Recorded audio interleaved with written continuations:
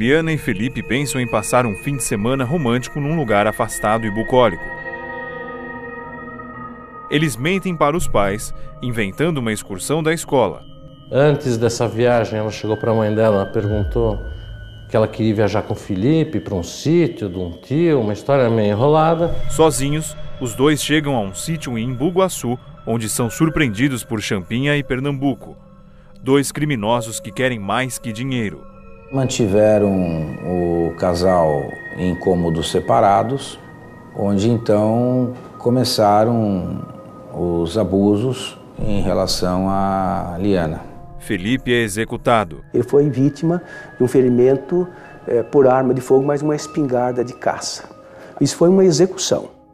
E Liana passa 10 dias sendo violentada e torturada por 5 criminosos. Eles não têm sentimentos superiores. É perversidade pela insensibilidade. Até que Champinha a mata com golpes de facão. É uma maluquice só. Não é verdade. Porque não dá para acreditar, entendeu? Que essa história é real. Conheça os bastidores do crime que abalou o país e mexeu com a relação de pais e filhos. Chorei. Nós passamos a indagar os moradores e caseiros de toda a região a respeito do eventual paradeiro. O pai da Liana passou a acompanhar toda a operação policial, inclusive imprimiu fotos do casal e lançou do ar. Um empresário, que eu não sei quem é, emprestou helicóptero pra gente panfletar. A gente jogou 5.000 panfletos com as fotos da Liana. E eu acho que talvez, quando a gente começou com a história do helicóptero, eu acho que foi uma... Os caras vão se livrar disso aqui, porque esse negócio, não... acho que, assim, isso é uma coisa que me pega na minha cabeça, assim, acho que... Às vezes eu acho que, tipo, eu provoquei a morte com a história do helicóptero, sabe, assim, acho que... Foi muita pressão para eles o fato de estar sobrevoando, a polícia estava um aparato gigantesco, e eu acho que isso deve ter deixado eles com mais medo da situação. Eu cheguei na minha casa, sei lá, 10 da noite, e me liga uma pessoa, falou, eu não lembro o nome dele, é um cara que, ele dizia que é mateiro. É um cara que, sabe, leva as pessoas para passeio ecológico, ele é um cara que circulava ali na mata. Esse senhor me liga, fala, eu sou fulano de tal, sou mateiro, eu nunca tinha ouvido essa expressão, e queria saber se o senhor me autoriza a eu ajudar a procurar a sua filha. Eu falei, claro que eu autorizo. Aí passa umas horas, esse fulano me liga de novo, falou, eu encontrei um cara bêbado aqui, falando umas coisas esquisitas e tal, e ele levou esse fulano para a delegacia. Era um dos criminosos, aí eles seguram ele lá no xadrez, até passar o porre, e no dia seguinte o cara entrega o serviço, aí ele conta tudo.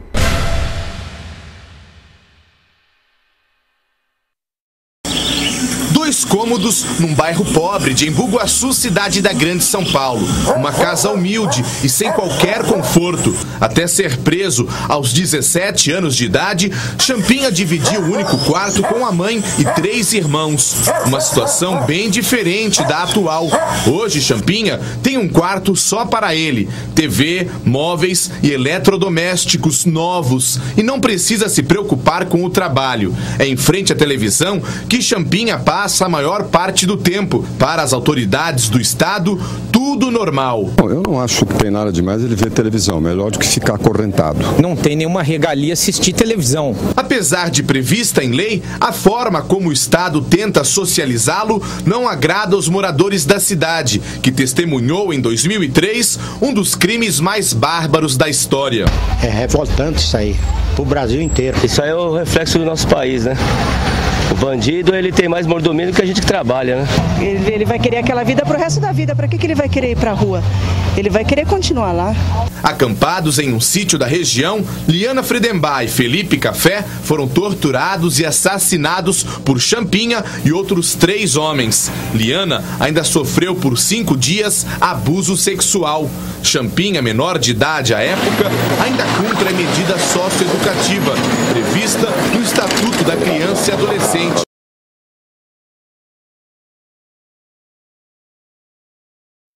Assista ao que foi tratado no último dia 15 de maio na Comissão de Educação da Câmara. É a volta do kit gay nas escolas, onde milhões de crianças estarão sendo estimuladas a serem homossexuais. Assista. Ao longo do seu governo, o senhor indicou 6 dos 10 ministros hoje em atuação no Supremo e há um certo sentimento entre alguns juristas de esquerda que esse Supremo Tribunal, essa parte do Supremo Tribunal indicada pelo senhor, não é tão de esquerda assim, talvez até por questões religiosas de muitos desses ministros que são praticantes.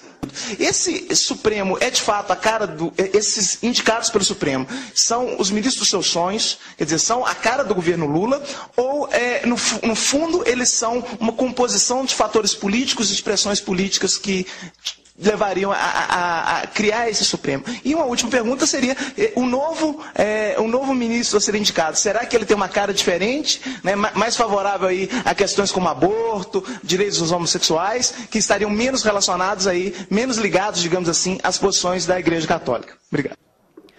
Gostaria de iniciar abordando um tema um tanto controverso, que é o da sexualidade infantil, que recorrentemente, no caso da pedofilia dentro da Igreja Católica, é a culpa da criança homossexual. Tá? As brincadeiras sexuais infantis também podem envolver os outros, meninos buscando conhecer os corpos de outros meninos e meninas buscando conhecer os próprios corpos e o de outras meninas e meninos. Então, quando meninos e meninas brincam, inclusive sexualmente em seus corpos, tá? Com outros meninos e meninas, eles não estão sendo gays ou lésbicas quando fazem isso com pares do mesmo sexo. Não é disso que se trata. Que deixem as crianças brincarem em paz. Tá?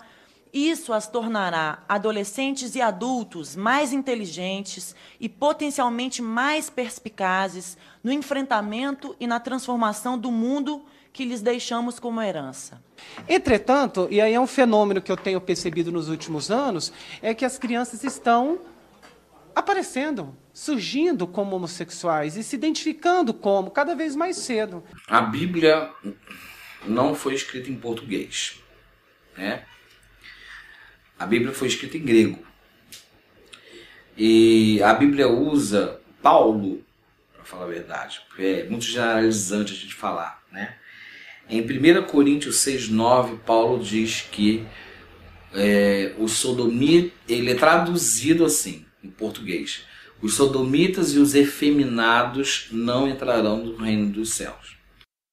E arsenoikoitai é uma palavra controversa, porque é quase que um analogismo. Ele pode ser traduzido como homem de cama, como prostituto ou como estuprador. Que ela diz que a professora dela foi a prostituta e a escola dela foi a escola da vida. Minhas melhores professoras foram justamente as prostitutas. Por onde eu fui expulsa foi o meio que me acolheu. Então não tem nem o que se discutir, entendeu? Um kit ou qualquer coisa, até dele ser chamado um kit gay, que no Estado brasileiro que vê essa necessidade de ser colocado isso dentro das escolas, e ele tem que colocar, não tem que ficar entrando nessas todas as discussões. Do projeto Escola Sem Homofobia, que, repito, falo aqui nem como deputada, falo também como professora que sou, um projeto cuidadosamente elaborado, né, dentro, inclusive, dos padrões científicos. Um dos materiais didáticos, um dos filmes, tinha um beijo na boca. E a gente ficou, um beijo lésbico na boca. A gente ficou uns 3 meses discutindo até onde entrava a língua, né? Então era...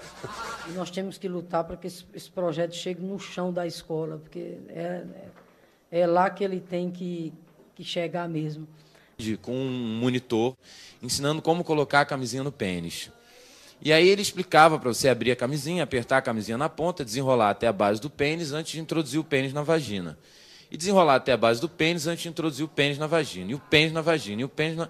Depois do 10º pênis na vagina, eu virei para ele e perguntei: mas, meu querido, quem disse que eu vou introduzir o pênis na vagina?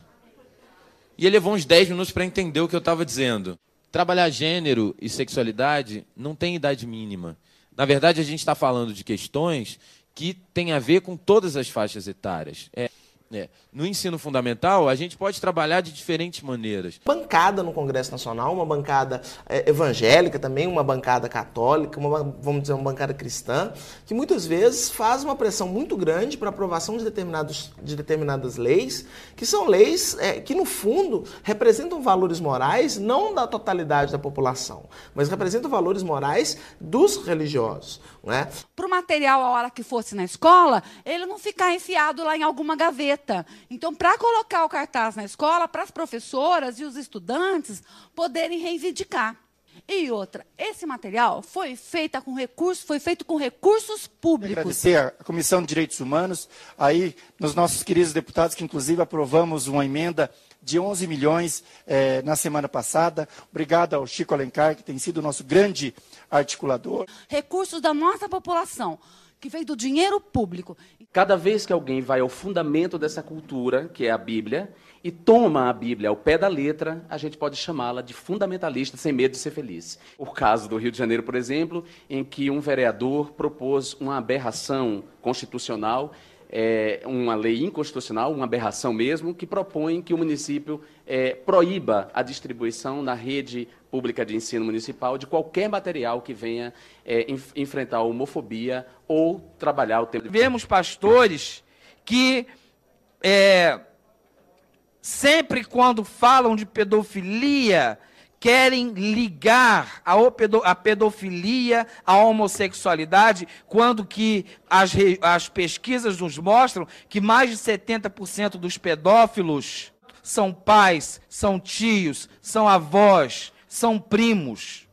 Talvez os outros 30% estejam aí dentro das igrejas, nos púlpitos, vestindo batinas e pregando por aí. O deputado Jean falou do capetinha que tentou, porque filho de capeta é capetinha, né? O capetinha que tentou passar uma aberração lá na Câmara dos Vereadores do Rio. É um absurdo não deixar que seja distribuído material. Ele diz que Jonatas era uma vergonha para sua família, porque o hebraico vai usar a palavra amante, né, de Davi. Então, não há uma certeza, há especulações sobre esse romance, mas a gente percebe nos textos bíblicos uma ligação muito forte entre Davi e Jonatas. E a palavra que Saul fala para Jonatas, palavras ofensivas, são palavras que dão a entender que Jonatas amava Davi como um homem ama uma mulher. Menino de 12 anos, porque é pego com uma revista gay, é expulso das escolas públicas. Porque o que a gente mais vê nas escolas públicas são imagens de santos, crucifixos, enquanto que o Estado é laico. Eu acho que está na hora da gente tirar as imagens de Maria, de santo isso, de santo daquilo, e de crucifixos dos espaços públicos. Poder de projetos fundamentalistas religiosos, esses desgraçados, eles têm um poder político de projeto que só está se consolidando. Mas eu sei que eu estou disposto a pegar em armas se preciso for.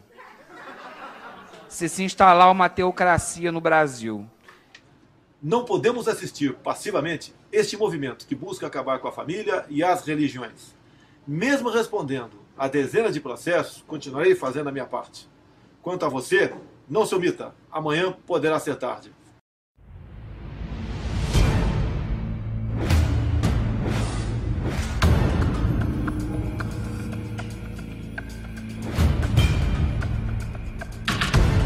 We had a whole plan that sold abortions, and it was called sex education.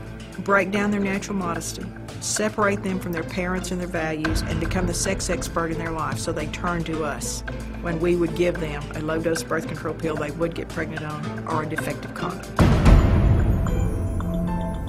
Our goal was 3 to 5 abortions from every girl between the ages of 13 and 18. The multitudes of people that have been hurt by abortion, it's just unfathomable. that abortion is really, to me, the ultimate exploitation of women. It is so shameful and secretive that many women don't tell anybody that they've had an abortion. They won't say anything for 20, 30, 40, 55 years. They're so traumatized. It's silence.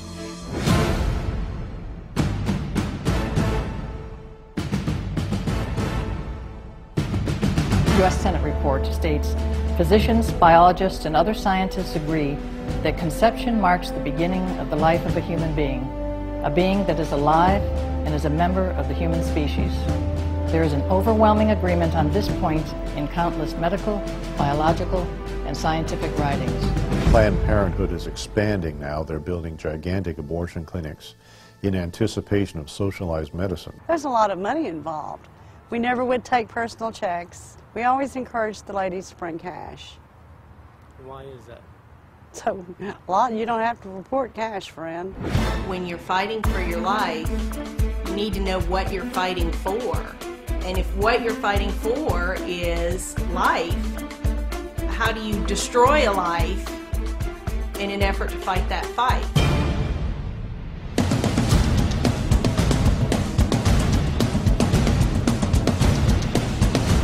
I'm fighting so hard to save myself that I'll kill someone else to get that.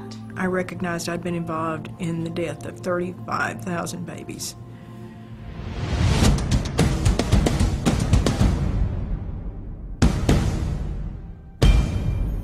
And the truth has really come out about what abortion does to women, let alone the unborn baby, our dead babies. It will be over.